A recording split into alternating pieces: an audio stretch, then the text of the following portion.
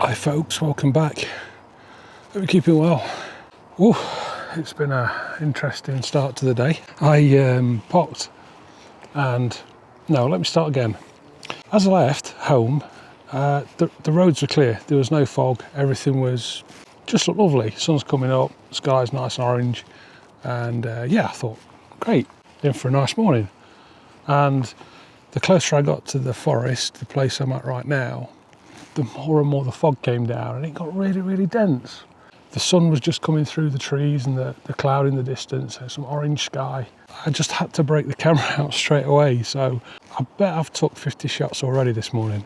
In the last video, the last of that series of Pine Forest Explore videos, I mentioned that I'd be coming over to the western side of the Sherwood Forest National Nature Reserve. Actually, I'm outside of there, I think. I'm not sure of the boundary exactly, but I'm way over on the western side. It's very diverse here. The trails are all intermingled, crisscrossing each other, and it's very easy to get lost. But the one thing that's a consistent, I think, looking at the maps, and I have studied this in the past, is there's a trail curves its way like a big S shape up through all of this different mixed woodland, and it leads from the south to a Viking meeting site confirmed in the northern area of the nature reserve. Now that's buried deep in the trees. It's not actually a site you can easily get to on foot, as it should be. But this trail, I believe, is as old as these hills. It's pretty flat, but you know what I mean. It's as old as the land. It actually isn't too far away from imagination to think that this trail once connected to the Kingsway, which is just to my south here. And that was a very old highwayman type national motorway that ran north-south through all of the shires, Leicestershire, Derbyshire, Nottinghamshire, Yorkshire and so on. There's many, many ancient oaks in here, some I imagine in excess of 700-800 years old. And I'm hoping to get down there today to grab a few shots. I can't expect this fog to kick around. As you can see, the sun's burning its way through already. I just want to get down, have a look at these ancient fellas, see how they're doing, see what the state of play is in preparation for spring, when, as they come into leaf, I'll be back for certain. I am every year, and I try to get some early seasons images of these ancient trees with brand new growth. It's a really, really lovely image to capture. It's a really rewarding thing to see. So that's it in a nutshell. I've just took a shot on this guy behind me actually. Let's get a little bit closer. The character in this trunk is mind-boggling. What's up there? Anything? I can't get over how this bark grows, how these trees develop over the centuries. And the colours of green, that's so vibrant, so bright. It's almost as though it's been painted. Oh, that's a nice image. Nice central composition, filling frame. Looks like a Christmas tree, doesn't it, without all the Christmassy bits. Shot at f8 because of the foggy background. It's nice to see some of the focus just blend into the background as it disappears into that mist. I'm loving the forest floor with these autumn colours, and then picking out these greens should be interesting in post. Shot at exposure, at f8, ISO 50. There's a little knurl that protrudes, so I focused on that, which will help with this thing here, having that in focus as well. Just focus to the front. Oh, it's going to take me a while to work this screen out. I'm sorry, amateur.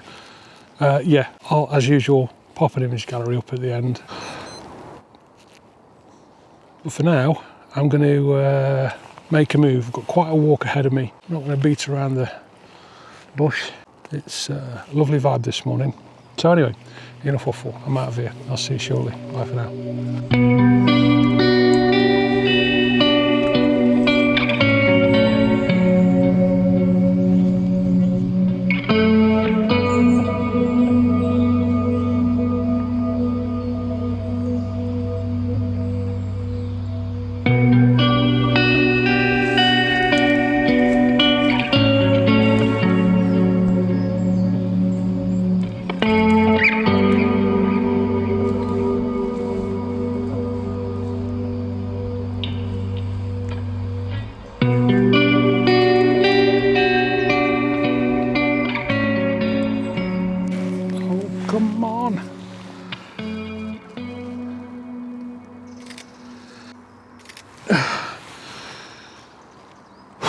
There isn't a... Oh, I can see the mist between me. Oh, it's too bright. I've moved on a little way since I last saw you. And this pine forest here is... I don't know anywhere else like it, because we have these fellas. There's one here, and there's another beauty over there. There's two actually. We've got this guy here, he's just stunning. And then another one there behind the pines here. But this sun, oh man, you just get this epic light. And I came across this fella who's just got sky. He's got pines either side, nice backdrop, that beautiful sun. Let's not forget the fog. It's not, well, it's a couple of months ago since I was here last. Maybe 3, could be 4. I remember recording a video, so somewhere in the history there is one of this place. In fact, it's when I crashed the drone. I remember crashing the drone in here, flew into a pine tree, and I got distracted by this wood, this mixture of pine and the ancients and some oak, beech, silver birch, some chestnuts out on the trail as well. And it's so giving. It's when the light's right, as it is now. It's just so giving. Everywhere you look, there's another beautiful scene. So we go from these silhouette potentials, you pan across, and then you get the beautiful blue sky and that foggy pine forest. And then just over your left shoulder, you've got the dead remains of an ancient oak. And then down there, we've got some real light popping through the back of the tree. So the fog's obviously being eaten away, and it's gradually coming into the trees. Some side light, beautiful forest floor. I love these highlights off these brambles here. I'm waffling, aren't I? That's enough waffle.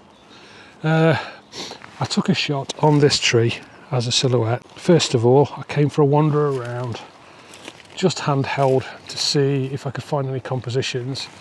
And what I was doing was I was bracing up against this tree. If you don't have your tripod and you're in a forest or wherever you are, if you can find something just to brace your camera against, you can get some real rock steady footage. And it just keeps giving. It just keeps giving. I'm very distracted. I'm sorry. It's very hard for me to talk sensibly when I've got so much going on. And there's nothing going on, but everything's going on, if you know what I mean. I need to be shooting some more shots. I need to be making some tracks. So I'm not going to hang around now. I'm just going to pick my stuff up, probably try and shoot some of this reflective light. It's this stuff here I love. It's the bright highlights, the reflections that you get, the water dripping off the brambles, and then you've got the soft background, the sun coming up, and then this darker ground. It just creates this lovely... I don't know what that is, but it's lovely.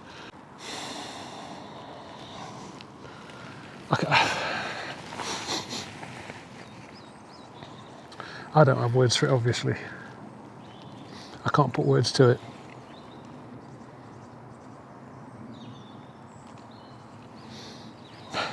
I just don't have words for it.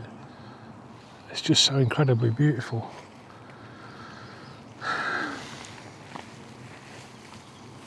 I'll make my way across through this rough ground back onto the trail, and we're headed off up that way. Next time I bring you back, hopefully we'll have some monster staghorn oak. And I will say, for anybody who likes drone footage, I purposely chose not to bring my drone today. The reason being, I need to work out how to handle this GoPro, the new GoPro 9. So if I was trying to work this out and throwing a drone up and thinking about photography and talking rubbish, it gets too much. So I'm kicking myself because of the fog. However, I do plan on coming back here next week. So nothing's lost at all. I'm going to make the most of this fog, get as many shots that I can, grab this fella now, head off down to the Staghorn Oaks, and next week I'll bring the drone and we'll get that up in the air and see what that looks like towards the end of winter, because it feels decidedly like spring is coming. Now I really am going. No more waffle. See you in a bit. Bye for now.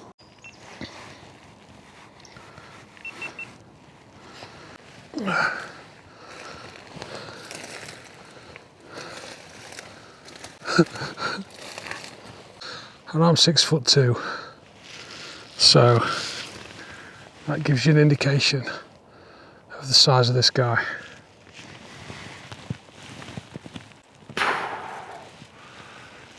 What an absolutely amazing tree. His root comes all the way out here. Just incredible. Absolutely amazing. We've got some nice light coming up on the trees in the background over here. Sun just catching over there.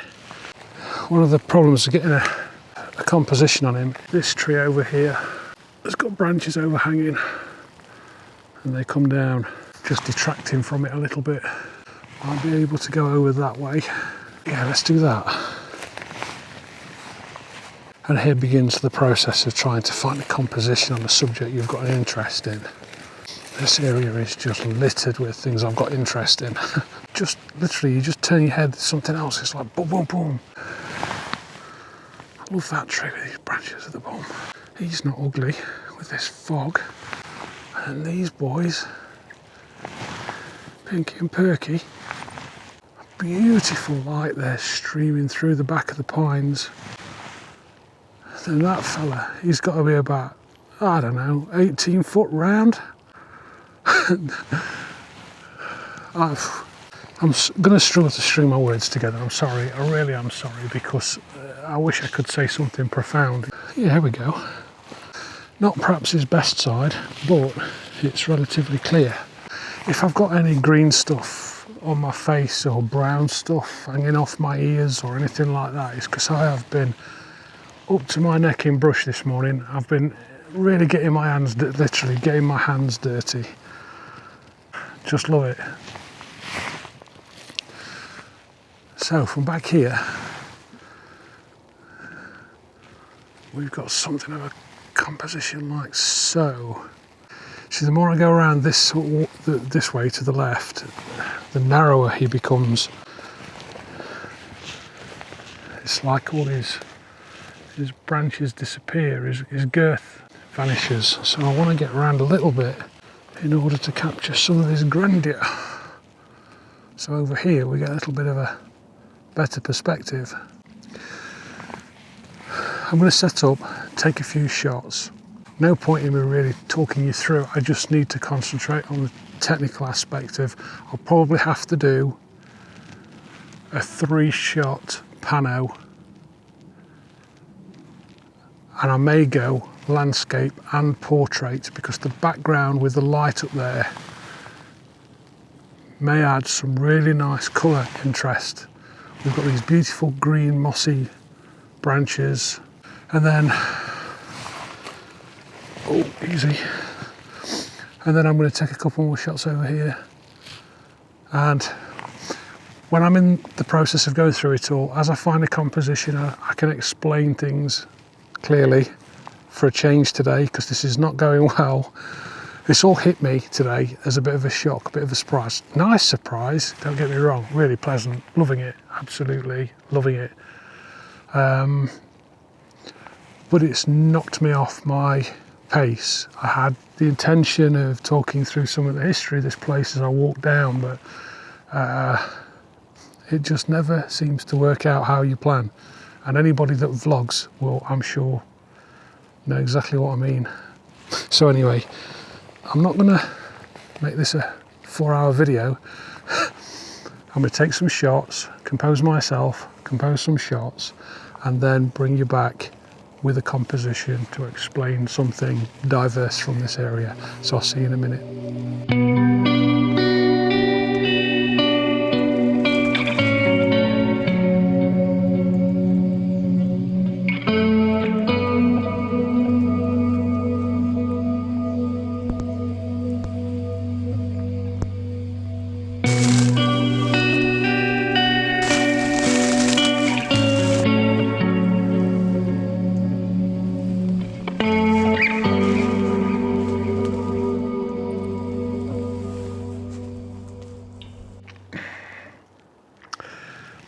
I feel like I should apologise for today.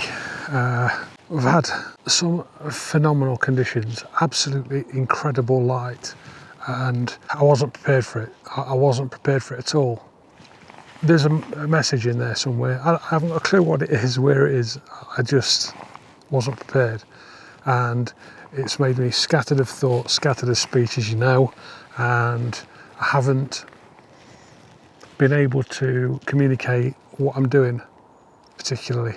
So I feel like I failed today, yet I hope I've got a small selection of really nice images for you for a change. From the last time I spoke, I think it was 20 minutes and the fog was gone. There was a little bit of mist left over there on the horizon in the, whatever it's called, pine forest. See, I don't even know where I am. Can't even speak. I'd like to share a composition with you if I may, and I really quite like it. In fact, I like it a lot. It's based upon the open side of this ancient tree where what looks like this huge boat of a trunk. I mean, I could sleep in there no problem, me and a few spiders. And it looks to me as if, because of the width of this versus the width of the standing trunk, it looks as if the largest part of this tree has fallen. It goes all the way back here and beyond. Can't imagine what it must have looked like when it happened. But as this trunk rests, we have these creepers, brambles, trying to reclaim it. And we've got these fallen autumn leaves all around, a nice green carpet with all this autumn bramble, a few ferns, and then we get this lime green stripe up the inside of that trunk with that beautiful archway. There's beautiful colours. And apart from this acting as a leading line to the main event, we've got a fantastic backdrop with a diagonal through it, some sky, some light brush. I'm not going to sell it to you anymore. I just really like it. I think that's quite a nice image. On camera, it resembles that. I've just shot a single frame. I've only took the top of the sky in because obviously the less sky we have, the less problems I have with dynamic range. Bottom is, if you can hear that ringing, it's just my phone.